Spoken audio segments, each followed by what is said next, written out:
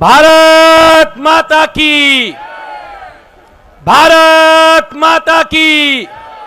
इंकलाब, इंकलाब। अरविंद केजरीवाल, भ्रष्टाचार का एक ही काल, भ्रष्टाचार का एक ही काल। मंच पर उपस्थित हम सबके नेता, राज्यसभा के सांसद आदरणीय संजय भैया जी, उन्हीं के साथ यहां मंच पर उपस्थित राष्ट्रीय संगठन महामंत्री आदरणीय डॉक्टर संदीप पाठक जी, मंच पर उपस्थित हमारे दिल्ली प्रदेश के संयोजक आदरणीय गोपाल राय जी, हमारे राष्ट्रीय सचिव आदरणीय पंकज गुप्ता जी, हमारे दिल्ली विधानसभा के अध्यक्ष आदरणीय रामनिवास गोयल जी, और हमारे बीच में यहाँ मंच पर उपस्थित हमारी कैबिनेट मंत्री अतिशी जी, कैबिनेट मंत्री सौरभ भारद्वाज जी, कैबिनेट मंत्री राजकुमार आनंद जी, कैबिनेट मंत्री कैलाश गहलोत जी, कैबिनेट मंत्री हमारे इमरान हुसैन जी, डिप्टी स्पीकर राखी बिरला जी, मेयर शैली ओबरॉय जी, और सम्मानित सभी हमारे माननीय विधायक, माननीय पार्षद, और सामने बैठे हुए हमारे क्रांतिकारी कार्यकर्ता, जांबाज सिपाही साथियों। बड़े विस्तार से संजय भैया ने अभी सारी बातों को ब्रीफ किया है, बड़े विस्तार से सब चीजों को बताया है। लेकिन साथियों, मुझे अभी कुछ दिन पहले एक साथी ने कहा कि भारतीय जनता पार्टी जो शराब घोटाले की, भ्रष्टाचार की बात करती है जी, तथाकथित घोटाले में हमारे लोकप्रिय मुख्यमंत्री दिल्ली के बेटे अरविंद केजरीवाल जी को जेल में डालने का काम किया है। वो घोटाला पूरी तरह से जो फर्जी घोटाला था, जिस प्रकार से भारतीय जनता पार्टी ने अरविंद केजरीवाल जी को एक साजिश के तहत, एक सुनियोजित प्लान के तहत, यह भी कह सकते हैं कि एक टूल किट का बनाकर प्रयोग करने का काम भारतीय जनता पार्टी ने करने का काम किया। सारी प्लानिंग पहले रचने का काम किया, पहले यह करने का काम किया कि मुख्यमंत्री जी को कैसे गिरफ्तार किया जाएगा, उनको गिरफ्तार करने से पहले कैसे मनीष सिसोदिया जी को गिरफ्तार किया जाएगा, उससे पहले कैसे संजय सिंह जी को गिरफ्तार किया जाएगा, कैसे जैन साहब को गिरफ्तार किया जाएगा, पूरी की पूरी प्लानिंग बनाने का काम भारतीय जनता पार्टी ने करने का काम किया। और तो और गिरफ्तारी के बाद यह भी प्लानिंग पहले की गई कि जब अरविंद केजरीवाल जी को जेल भेज दिया जाएगा तो उसके बाद सारे भाजपाई सड़कों पर आके मुख्यमंत्री जी का इस्तीफा मांगने का काम करेंगे। लेकिन साथियों, मैं एक जिम्मेदारी से एक बात कह रहा हूं आज यहां पर, जिस षड्यंत्र से, जिस प्लानिंग से दिल्ली के मुख्यमंत्री अरविंद केजरीवाल जी को गिरफ्तार किया गया है, मैं कहता हूं कि जिस दिन इस घोटाले, इस षड्यंत्र की जांच होगी तो देश के लोगों के सामने बात आएगी कैसे आपके बेटे अरविंद केजरीवाल जी को खत्म करने के लिए, आम आदमी पार्टी को नस्तानबूद करने के लिए क्या षड्यंत्र करने का काम मोदी जी ने करने का काम किया है देश के अंदर। यह सबके सामने आने का काम होगा और सबको इसके बारे में पता लगेगा कि किस प्लानिंग तक ये पहुंच गए।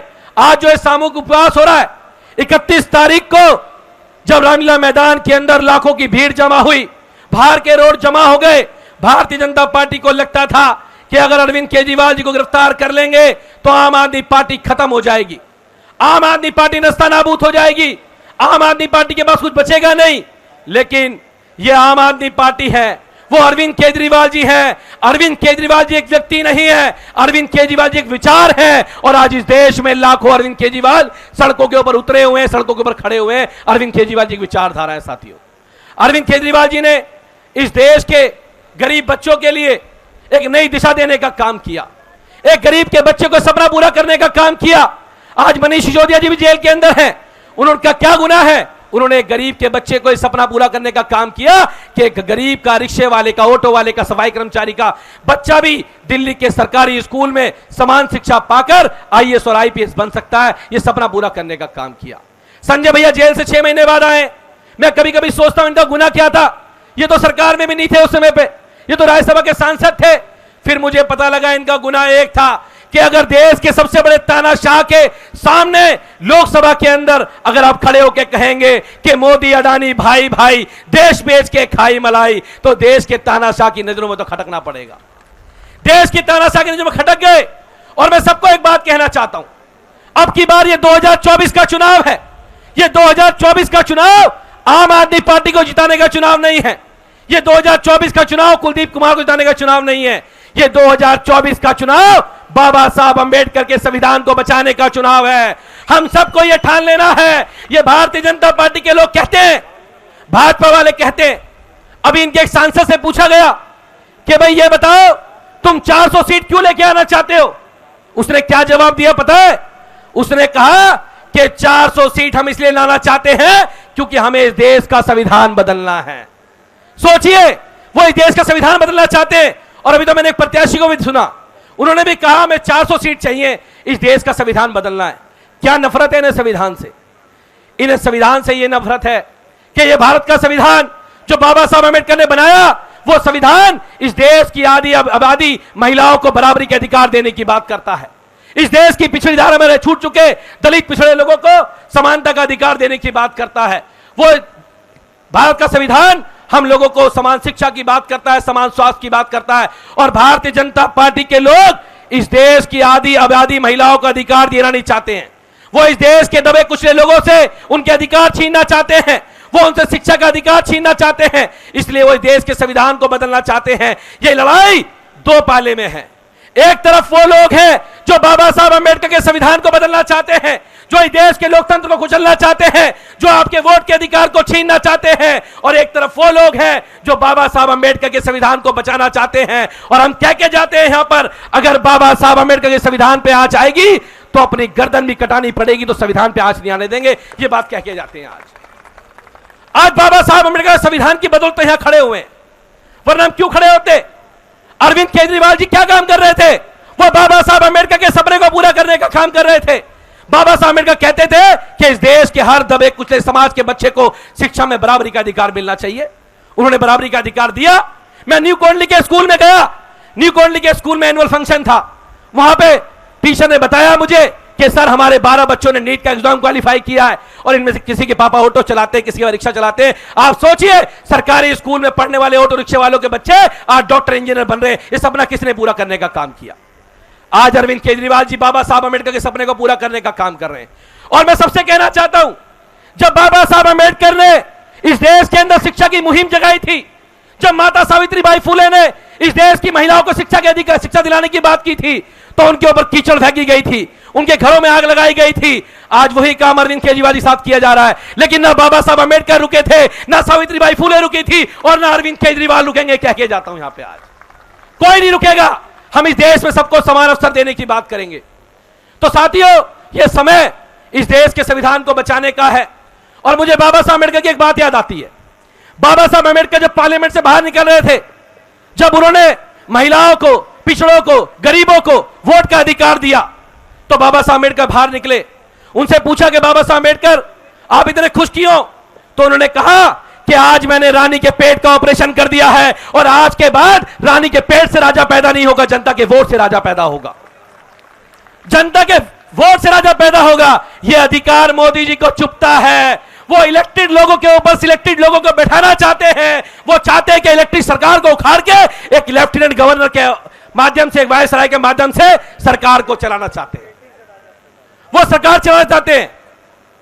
आप सबको यह ध्यान रखना है साथियों कि इस देश में हमारा वोट का अधिकार है, तभी हम लोग सुरक्षित हैं।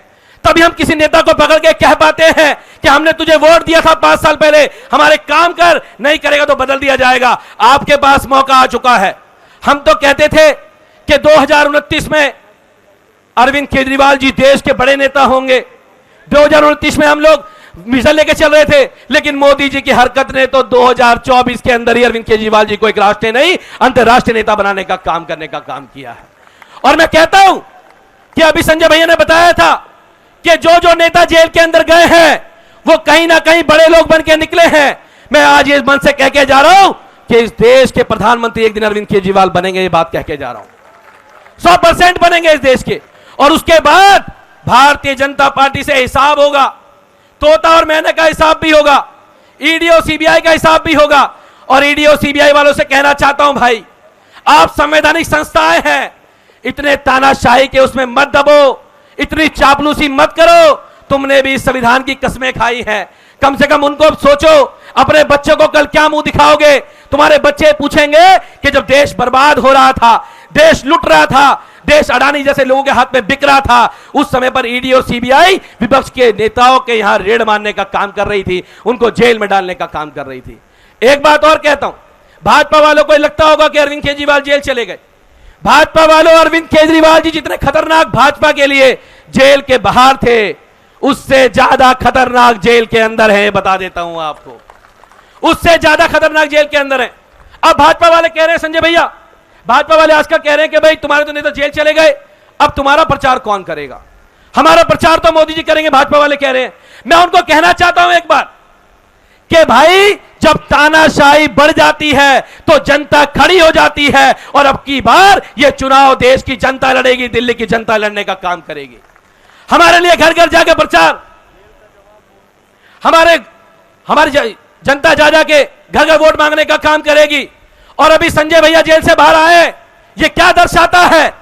यह दर्शाता है कि आम आदमी पार्टी कट्टर ईमानदार पार्टी है, कट्टर देशभक्त पार्टी है। देर हो सकती है लेकिन अंधेर नहीं हो सकती। सच्चाई और ईमानदारी की जीत होगी। संघर्ष लंबा सही लेकिन लड़ेंगे और जीतेंगे। और एक बात और कह रहा हूं कि दिल्ली के लोगों, अब की बार वोट का जवाब जेल का जवाब, जेल का जवाब, जेल का जवाब, जेल का जवाब। अब जनता कह रही है कि मोदी जी का देखो खेल, केजरीवाल जी को भेज दिया जेल, और अब जनता कह रही है कि जेल का जवाब वोट से देंगे। और दिल्ली का एक एक बच्चा खड़ा हुआ है, देश का एक एक लोग खड़े हुए हैं, और जेल का जवाब वोट से देंगे। और मैं भारतीय जनता पार्टी को कह के जा रहा हूं कि अब की बार भारतीय जनता पार्टी दिल्ली से तो सातों की सातों सीटें हारने जा रही है। यह बात पूरी जिम्मेदारी से आज यहां कह के जा रहा हूं। आज जब गली गली के अंदर जा रहे हैं तो हमारी माताएं बहनें बोलती हैं, इन्होंने अरविंद केजरीवाल जी को गिरफ्तार कर लिया। क्या गुनाह किया था उन्होंने? अभी मैं दलूपुरा में गया था, वहां से आ रहा हूं, एक माता जी आई, उन्होंने कहा कि अरविंद केजरीवाल ने मुझे रामेश्वरम भेजने का काम किया है, अरविंद केजरीवाल जी ने मुझे हत्या करने का काम किया है। मेरा बेटा जो काम नहीं कर पाया वो घर के बड़े बेटे अरविंद केजरीवाल जी ने करने का काम किया है। वो काम अरविंद केजरीवाल जी ने करने का काम किया है। आज दिल्ली के लोग उन्हें बेटा मानते हैं, अपना भाई मानते हैं। और एक बात और बता दूं, जब एक घर परिवार के अंदर अगर 4 बेटे भी होना, और पता हो कि 4 पैसे वाले भी है, दबंग भी है, उनमें कोई एक छोटा हो, वो गरीब हो, उसे पैसा ना हो, लेकिन अगर बड़े वाले भी उस पर वो कुछ करते हैं, दबाव बनाते हैं, तो मां बाप भी अपने उस बेटे के साथ खड़े होते हैं जिसपे तानाशाही लागू की जाती है। आज अरविंद केजरीवाल जी के ऊपर संकट है, आप सब दिल्ली वालों को उनके साथ खड़ा होना पड़ेगा, इस लड़ाई में आगे बढ़ना पड़ेगा। आप सब ने मुझे यहां बोलने का मौका दिया, उसके लिए बहुत बहुत धन्यवाद। और अरविंद केजरीवाल जी के साथ कट्टर ईमानदारी से खड़े हैं, खड़े थे और खड़े रहेंगे। कोई ताकत नहीं है मोदी जी या भाजपा की कि आम आदमी पार्टी के विधायकों को, एक कार्यकर्ता को तोड़ के दिखा दे। मैं जिम्मेदारी से यह बात कह रहा हूं, कोई तोड़ के नहीं दिखा सकता। सारे लालच दे लिए, 25 करोड़ का ऑफर भी दे लिया सबको, मंत्री पद का ऑफर भी दे लिया, लेकिन मोदी जी को पता नहीं है भाई हम तो गरीब बेटे बेटियां हैं। मैं तो एक सफाई कर्मचारी का बेटा हूं, पूर्वी दिल्ली की सीट पर चुनाव लड़ रहा हूं, जनरल सीट है। कभी किसी ने सोचा नहीं था कि एक सफाई कर्मचारी का बेटे को भी कोई टिकट दे सकता है। ये सपना अगर किसी ने पूरा करने का काम किया तो इस देश के अंदर एक नेता है अरविंद केजरीवाल, जो समानता की बात करते हैं। उन्होंने दिखाने का काम किया। वो हमेशा एक बात बोलते हैं संजय भैया कि अगर आप में प्रतिभा है तो आपके पास पैसा आपके बच्चे की पढ़ाई में बाधा नहीं बनेगा। आज उन्होंने साबित कर दिया कि अगर आप में टैलेंट है तो आपकी जाति, आपका पैसा, आपका परिवार उसमें बाधा नहीं बनेगा, आप भी कहीं चुनाव लड़ सकते हो। ये कहने का काम अरविंद केजरीवाल जी ने करने का काम किया। तो ऐसे नेता को मोदी ने जेल में डाला और देश के लोग, देश की जनता उन्हें जवाब देने का काम करेगी। बहुत बहुत धन्यवाद, बहुत बहुत आभार। भारत माता की।